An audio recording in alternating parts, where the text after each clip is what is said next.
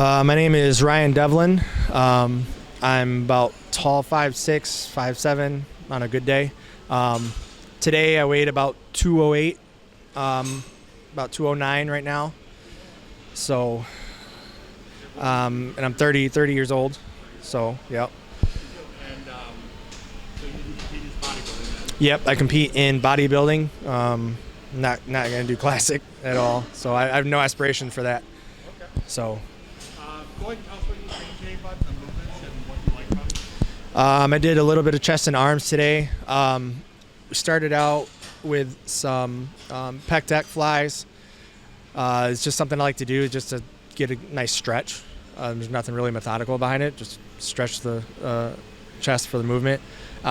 Moved into a dumbbell press after that. I like the dumbbells versus any barbell. I hardly ever touch a barbell. Yeah. God, I haven't touched a flat bench in years. It's just bad for my shoulder. My left shoulder ever since baseball has been bad. So I don't touch a flat bench. It's just the way I sit. I don't like it. I have way more freedom when I use dumbbells, especially on an incline. So I love incline. I love dumbbells. It's my movement. It's what I like. So. Yep. So after we went from the dumbbell press, we moved to to a hammer strength press. I went with the lower pec. It's just I don't have access to that usually. You know, I have the gym I normally train at has the ISO movement for incline, but not the decline. So I like to use that when I can. So that was nice.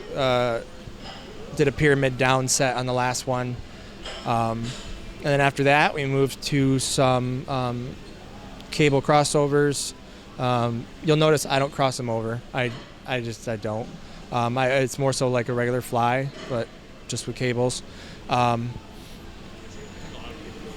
Yeah, I still notice a lot of people like to do the crossover, but you don't see it much. It's just I feel awkward when I put one arm further than the other one, so I don't do it. Shortly after that, we moved to a little bit of arm movements. Started with some cable for curls. I like the high curl on a cable. It's I just feel like I get a good pump. So I did that, and we moved to some push downs. Yep. I love it. I never really did it too much. I always did like a double hand grip, but the isolation on one I fell in love with ever since I actually worked with Boston as a lifestyle client about a year and a half ago, and that was part of the workout, and I felt like it helped me a lot.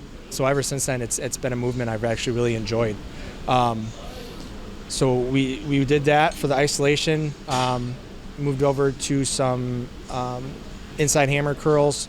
That's always been a move I've enjoyed. It's easier on my tendons as far as my elbow. I actually get really bad tendonitis in my left. I don't know why, but that's really convenient for me to do. Plus, I feel like it makes my arms look bigger than they are, so I love the movement. So it's something I enjoy. And then we finished with some skull crushers. Again, that's a movement that I like because I can go heavy.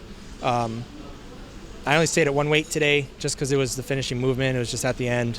But yeah, that was a wrap. Nothing too extravagant, but it definitely got the job done. I work with Blue Taylor. I've been with him for over a year now, almost a year and a half. We got together end of January, early February of last year. We had a few months of off season, and then we actually ended up with a long prep because of COVID last year. They kept pushing shows back. So we ended up doing a long prep. It kind of ended at like 22-ish, 24 weeks.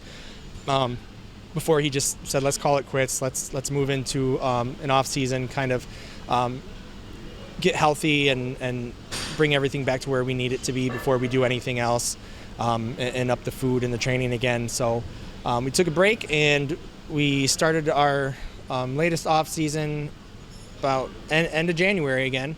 So it's been about four to 5 months now. I can't speak enough about him. He's one of the best coaches you could probably ask for. I mean, the guy lives for his clients. If you need to talk on the phone, he will set up a time. He will give you updates weekly, if not middle of the week. He wants check-ins. I mean, absolutely phenomenal. Great coach, and he's helped me a shit ton. Got me back in shape more than I thought I could.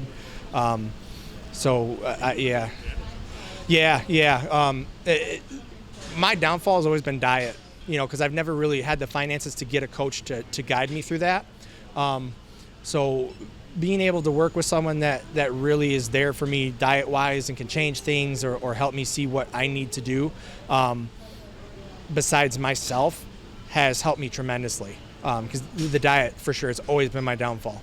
So he's really helped me as far as nutrition and food. What's your normal split like? My normal split, we've been doing push-pull legs since October, basically for an off-season kind of lifting style. Before that, because all through prep we were doing a 6-day-a-week, single body part kind of deal. So he really wanted to change things up and do push-pull legs, and it's been different, but I've really enjoyed it. I'd recommend it for anyone. I mean, it's good to do. It's good to change. So, plus it actually gave me more rest days, which I also feel has helped me because I'm the type that always feels I need to be in the gym. Oh yeah, I mean I wouldn't say overtraining because I won't train if I'm really that bent out of shape or my body hurts. But it's like if I had 3 rest days or 2 rest days, I would feel like one of those days I'm gonna go do biceps and abs, or one of those days I'm gonna make sure I do cardio.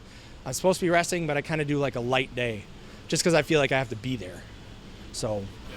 What's it like? But now you work in the criminal justice system and stuff. Is it hard for some of the jobs are chaotic and some things are hard for you?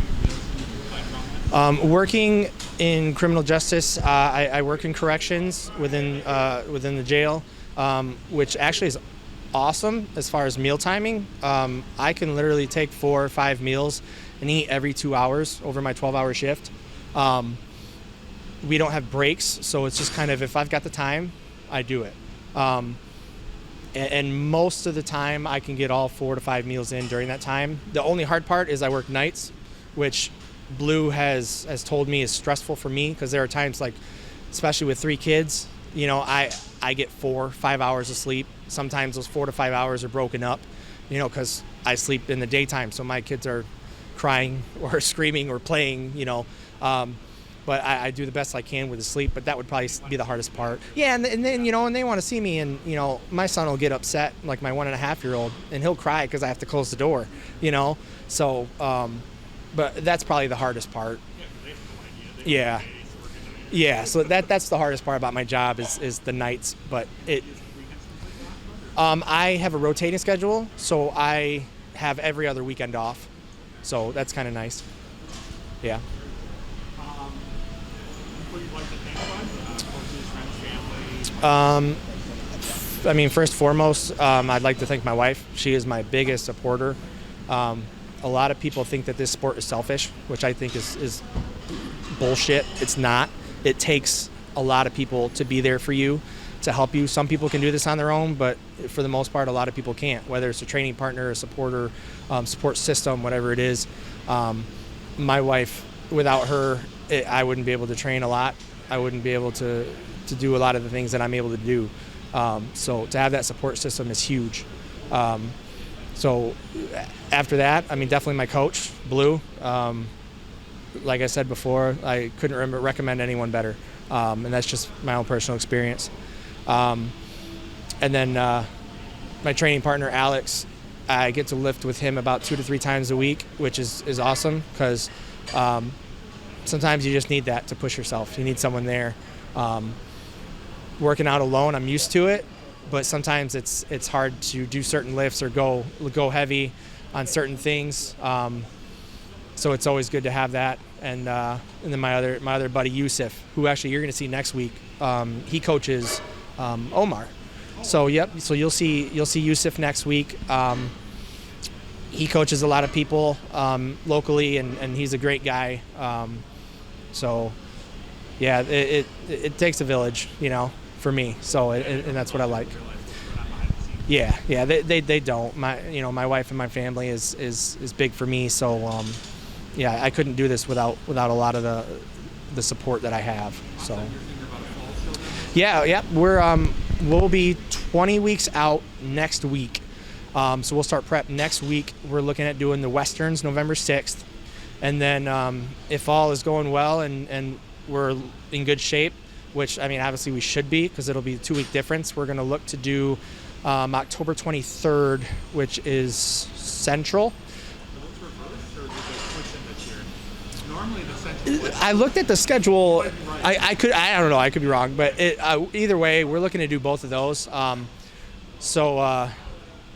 Yeah, right now I've been in off season, so we did some posing. Obviously, it's off season posing, so it is what it is. Yeah, I've just tried to keep. Yeah, that's the thing. We didn't want to get sloppy. We didn't want to overdo it and then have to diet down a lot. We have a much better starting point this year than we did last year, which is going to be big for me, especially giving that I'll have 20 weeks to get ready. I think we'll be great about 4 to 6 weeks out. So that'll be huge this year. Awesome, man. We'll go ahead and catch up with you later on during the year when you're 2 weeks out. Yeah. I'll be looking to do a few videos, maybe like every 4 weeks, kind of see progress. Yeah, and that's what I'd like to do. So. Yeah, and that's important. That's why I wanted to do this too. I haven't even started prep, but there's so many people that are afraid to do a video or anything like that because they don't feel like they're in shape. But I think a lot of people want to see what it takes to get there and see whether it's bodybuilders or any normal person. They like to see that, it's you can't see all the pros train and say I'm going to get there, but it takes years to get to that. So I think it's good to see the small processes for your normal or person you see in the gym every day. It's good to see what the people you see go through. Pros are great. Everybody can hear what they say, but sometimes there's a lot of great information from an average national competitor or person state competitor. Yeah, and do movements or try some movements. Yeah. You can get information from a lot of people. And me personally, I'm not the guy to get say XYZ is why I do this and why I do that. I get what I get from my coach, and I go in and I lift shit, and then I put it down and I mark it off on my list. I did that. Okay. There's nothing scientific for me about it. I just do whatever I'm supposed to do, and then I get it done. So when people can see me and I can kind of just articulate that in a normal language, I think that means a lot more than the person who's there saying muscle fiber, blah, blah, blah, and you got to do it this way. And it's a lot easier just to kind of talk to people on a normal level than act like you're, like you are a pro. Because for me, I'm nowhere near that, and I know that, So I like giving people information that they can understand. Someone out there that you feel like where you're at right now would be their goal. Right. And that's what I mean. A lot of people like to see that. So I'm glad I got out here and got to do this video with you. So hopefully someone can see that and get to see the progress I'm going to go through. And not everyone wants to be a color. Yeah, no. A lot of people don't want that at all. So. Well, awesome, man. Congratulations, and congratulations with your daughters. Yep. Thank you. And we'll definitely catch up along the way, man. Yeah, for sure. Hope prep goes great. Thank you.